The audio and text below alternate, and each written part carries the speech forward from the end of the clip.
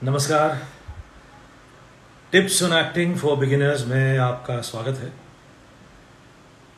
Day 4 आज चौथा दिन है। ये 10 दिन की जो फ्री लेसन्स हैं उसका आज चौथा दिवस है। कल मैंने 5 सेंसेस के बारे में कुछ कहा और ये जिक्र किया कि कैसे हम अपने इन इंद्रियों की अवेयरनेस को बढ़ा सकते हैं, जो कि न कि सिर्फ अभिनय के काम में मददगार साबित होती है लॉन्ग टर्म में, बल्कि एक सेल्फ डेवलपमेंट की राह में भी आप एक अवेयर व्यक्ति धीरे धीरे होना शुरू होते हैं। आज मैं जिक्र करता हूँ सबसे इम्पोर्टेंट टूल जो ट्रेनिंग ऑफ एन एक्टर में कहा जाता है, दैट इज फिजिकल बॉडी। चूंकि अभिनय का कार्य हमारे शरीर को लेकर सबसे पहले होता है, तो बॉडी की ट्रेनिंग एक ख़ास तरह से होनी चाहिए। इसमें 2 भाग हैं। पहला भाग है बॉडी की फिजिकल फिटनेस और दूसरा है बॉडी लैंग्वेज, बॉडी से कम्युनिकेशन। जहाँ तक फिटनेस की बात है, सभी को जो एक्टर बनना चाहते हैं उनका ये धर्म बन जाता है कि अपने शरीर को फिट रखें। तो उसके लिए आपको क्या कुछ करना होगा? वॉकिंग करनी होगी, रनिंग करना होगा, एरोबिक्स कर सकते हैं, योगासन कर सकते हैं, जिम भी जा सकते हैं, जिम की क्लासेस भी कर सकते हैं। तो बॉडी को एक शेप देने की और बॉडी को फिट रखने की बहुत ज़्यादा ज़रूरत है। अब ये जो फिटनेस है, ये इससे हमें क्या फ़ायदा होता है ये समझना है।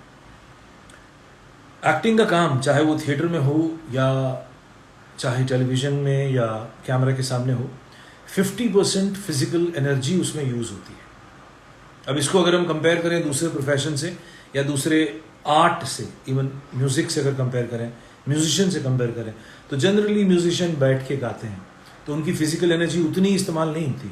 हालांकि होती है, डेफिनेटली होती है। डांसर की काफ़ी होती है, पेंटर की नहीं होती, स्कल्पटर की भी नहीं होती।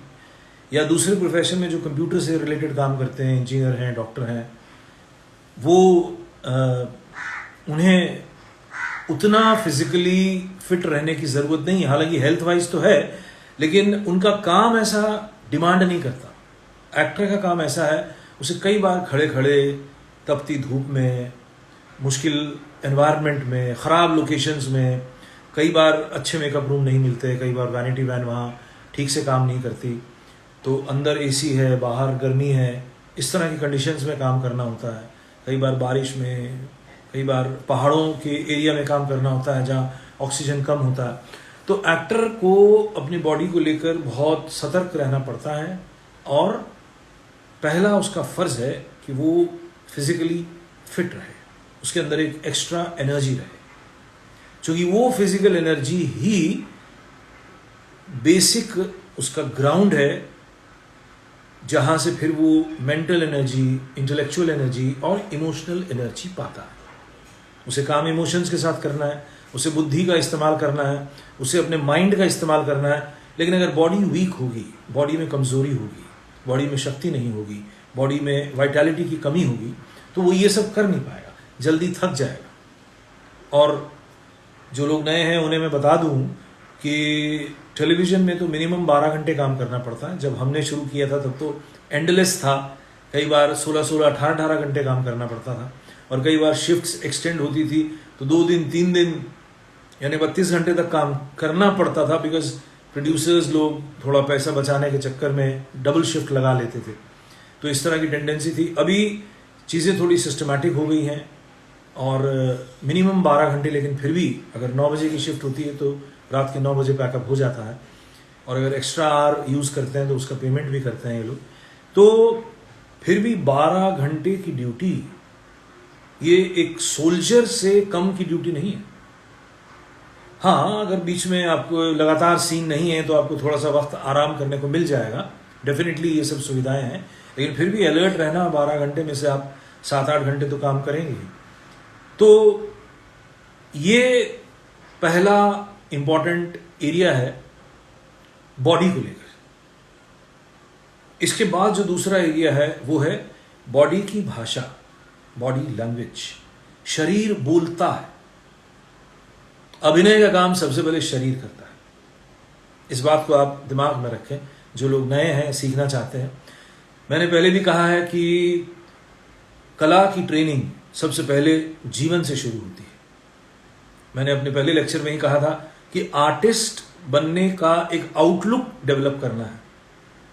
तो उस संदर्भ में मैंने ये भी कहा था कि जीवन को ऑब्जर्व करने का काम शुरू करें, जीवन के प्रति एक नई दृष्टि पैदा करें। वो दृष्टि है ऑब्जर्वर की। आपको हर चीज ऑब्जर्व करनी है, देखना है, नए ढंग से देखना है। और ये नहीं कि आज कर लिया फिर छोड़ दिया, रोज इसके लिए समय निकालना है। आधा पौना घंटा आपको रोज ऑब्जर्वेशन को समय देना है। तब आप धीरे धीरे कलाकार की ट्रेनिंग हासिल करेंगे। कला जो है वो थोड़ा सा जो साधारण जीवन है उससे सटल लेयर से शुरू होती है। जीवन में कई लेयर्स हैं। अगर मैं ज्ञान से बात कहूं, आध्यात्मिक दृष्टि से बात कहूं, तो जीवन के 7 लेयर हैं। भू, भुव, स्व, मह, जन, तप और सत्य। ये 7 लोक हैं जीवन के। साधारण जीवन सिर्फ भूलोक से कनेक्टेड है और थोड़ा सा भूवर लोक से कनेक्टेड, यानी physical world and little bit mental world. लेकिन ये जो तीसरा लोक है स्वरलोक, स्वलोक, स्वरलोक भी कहते हैं इसे, ये है एस्थेटिक्स का लोक। और धीरे धीरे जो स्पिरिचुअल वर्ल्ड की जो बेसिक चीजें हैं वो यहां से शुरू होती हैं। और साथ ही साथ ये कला का भी लोक है।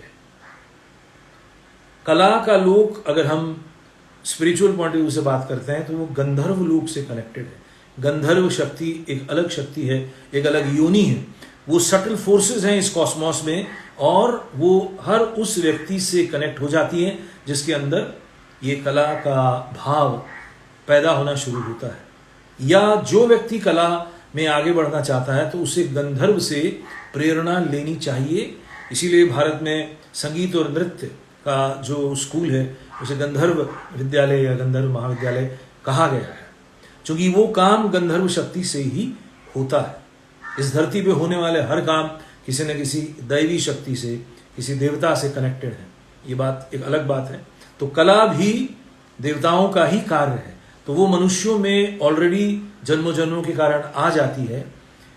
और जो ट्रेनिंग हासिल करना चाहते हैं उन्हें शिद्दत से थोड़ा मेहनत करते हुए, जिस तरह से मैं कुछ टिप्स दे रहा हूं, ऐसे ही टिप्स को फॉलो करते हुए जीवन में अपनाने की कोशिश करनी चाहिए। तो बॉडी से जो हमारा कम्युनिकेशन है उसके बारे में एक नई दृष्टि पहले डेवलप करनी है। तो उसमें क्या करेंगे हम बॉडी को स्टडी करेंगे। कैसे स्टडी करेंगे? वही जो सबसे पहले मैंने बताया था, ऑब्जर्वेशन से। अब इसमें ऑब्जर्वेशन की दृष्टि में क्या करेंगे? हम बॉडी को 2 एंगल से स्टडी करेंगे, 2 तरीकों से। एक है जिसे हम पोस्चर कहते हैं और दूसरा है जेस्चर।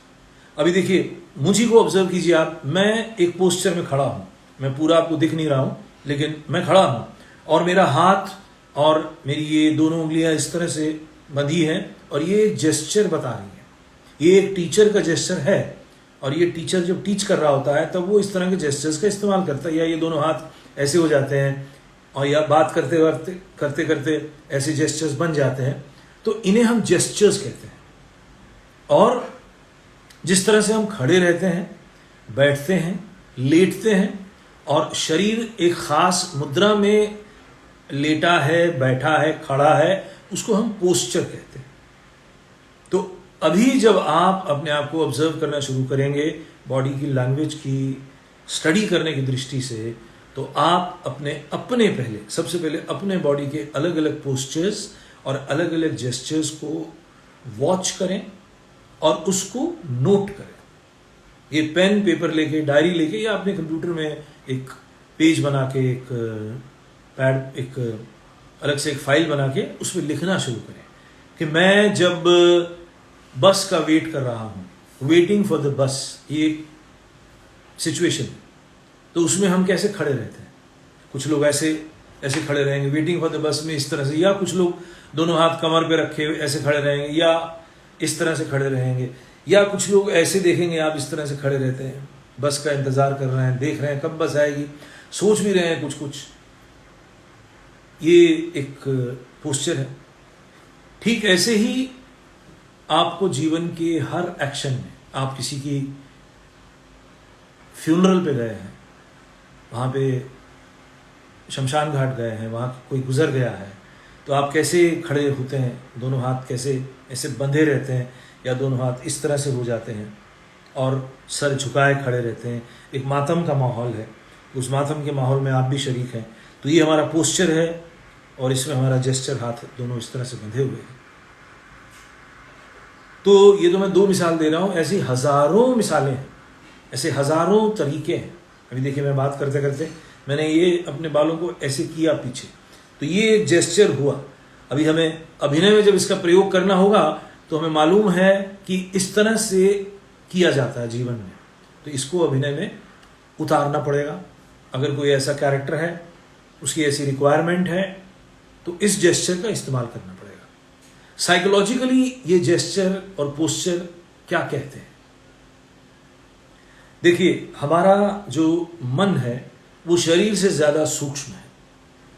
मन इंटरनली काम करता है और बॉडी एक्सटर्नली उन्हीं इंद्रियों की मदद से, कर्मेंद्रिय और ज्ञानेंद्रिय, 5 सेंस ऑर्गन्स और 5 मोटर ऑर्गन्स, इनकी मदद से बॉडी उस इंटरनल जगत में जो माइंड ने कंसीव किया है, माइंड ने इमेजिन किया है, उसको ये फिजिकली एग्जिबिट करते हैं।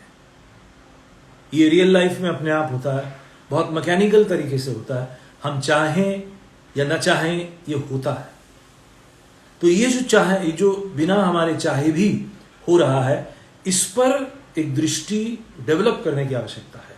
और फिर एक बार आपने एक नई दृष्टि से उसको जाना और अपने मेमोरी में उसको स्टोर किया, फिर एज एन एक्टर आपका क्या फर्ज बनता है, इसको रिप्रोड्यूस करते रहना, बार बार करते रहना, लगातार करते रहना।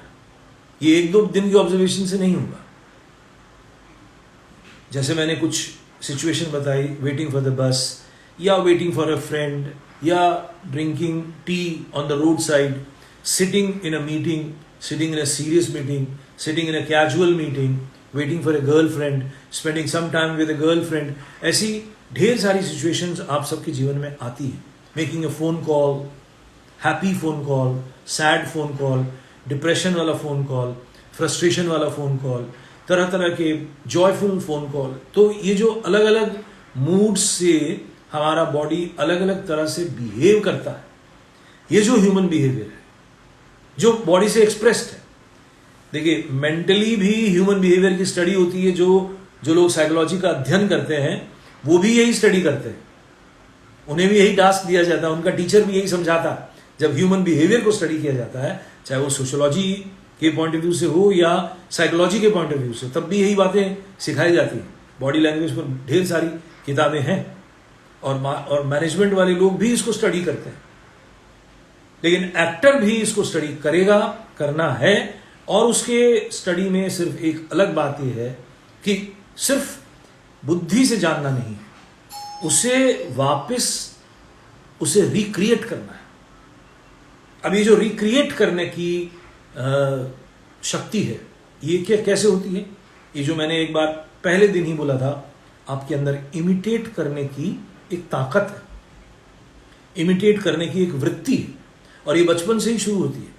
ह्यूमन चाइल्ड इमिटेशन से ही सीखता है, इमिटेशन से ही, नकल करने से ही वो धीरे धीरे बड़ा होता जाता है। बचपन से वो नकल कर रहा है, तो ये हम अब अपने आप की ही नकल कर रहे हैं। कुदरत हमसे अनजाने में बहुत से कार्य कराती है, रिप्रोड्यूस करे, री इनैक्ट करे। दिन भर हमने कुछ वॉच किया, दिन भर हमने अपने आप को देखा, इस पोस्चर और जेस्चर के माध्यम से हमने देखा, और फिर हमने जब भी समय मिला शीशे के सामने हम खड़े हुए और हमने हूबहू अपने आप के उस पोस्चर को, उस जेस्चर को हमने रिक्रिएट किया। तो इससे क्या होगा, आपकी वो टेंडेंसी डेवलप होगी। जब फिर आपको किसी रोल में खास तरह की पोस्चर की जरूरत होगी, खास तरह के जेस्चर को करने की जरूरत होगी, तब आप सहज रूप से आसानी से कर सकते हैं। इससे जुड़ी हुई बहुत सारी गेम्स हैं, बहुत सारी एक्सरसाइजेज हैं। वर्कशॉप में बहुत सारे एक्सरसाइजेज कराई जाती हैं to develop this habit to know your posture and gesture. इससे जुड़ी हुई बहुत सारी एक्सरसाइज हैं। आज एक एक्सरसाइज शेयर करता हूँ। आज का टिप यही है, अपनी बॉडी लैंग्वेज को जाने, बॉडी से कनेक्ट हो जाएं, बॉडी की भाषा को जाने और पोस्चर और जेस्चर के जरिए एक लिस्ट बनाएं, उसे डायरी में लिखें और उसको हमेशा पढ़ते रहें और उसको री इनैक्ट करते रहें। ये आज का टिप है। साथ ही में एक छोटी सी एक्सरसाइज कि बॉडी मूवमेंट अलग अलग स्पीड में खुद ही अपने आप को इंस्ट्रक्ट करें और अलग अलग स्पीड में चले। ये चलना कितना ज़रूरी है और चलना सीखना कितना ज़रूरी है एक्टर के लिए, इस पर थोड़ी सी बातचीत कल करूँगा। तो 10, 20, 30, 40, 50, 60, 70, 80, 90, 100 ये अलग अलग स्पीड्स हैं। जैसे कार के गियर होते हैं ना, first gear, second gear, third gear. तो 10 में आप सबसे स्लो चलें, 20 की स्पीड में थोड़ा स्पीड बढ़ाएं, 30 में और थोड़ा, 40 में और, 50 में और, 60 में और, ऐसे ही 100 में आप फास्टेस्ट चले। चलना है, भागना नहीं है। तो आप देखेंगे बॉडी का रिदम कैसे बदलता है और आप कैसे अपने बॉडी की कंट्रोल में आते हैं। फिर ठीक वैसे ही 100 से नीचे नीचे आते जाएं, 90, 80, 70, 60, 50। तो इस एक्सरसाइज को अकेले भी कर सकते हैं। अगर आपके साथ कोई दोस्त हैं, कुछ साथी हैं, तो वो मिलजुल के इसको एक गेम की तरह हंसते खेलते कर सकते हैं। इसके अलावा आप डम शराड्स नाम की गेम खेल सकते हैं और उससे आपको अपने बॉडी को एक्सप्रेस करने में, बॉडी लैंग्वेज को इम्प्रूव करने में बहुत मदद मिलती है। मुझे नहीं पता कितने लोग डम शराड्स खेले हैं अपने जीवन में। यदि खेले हैं तो अच्छी बात है, उसको और खेलें, क्योंकि आपको बॉडी के जरिए कम्युनिकेट करने का एक मौका मिलता है और सामने वाले को आपके जेस्चर, आपके पोस्चर को डिकोड करने के लिए एक गेम है वो।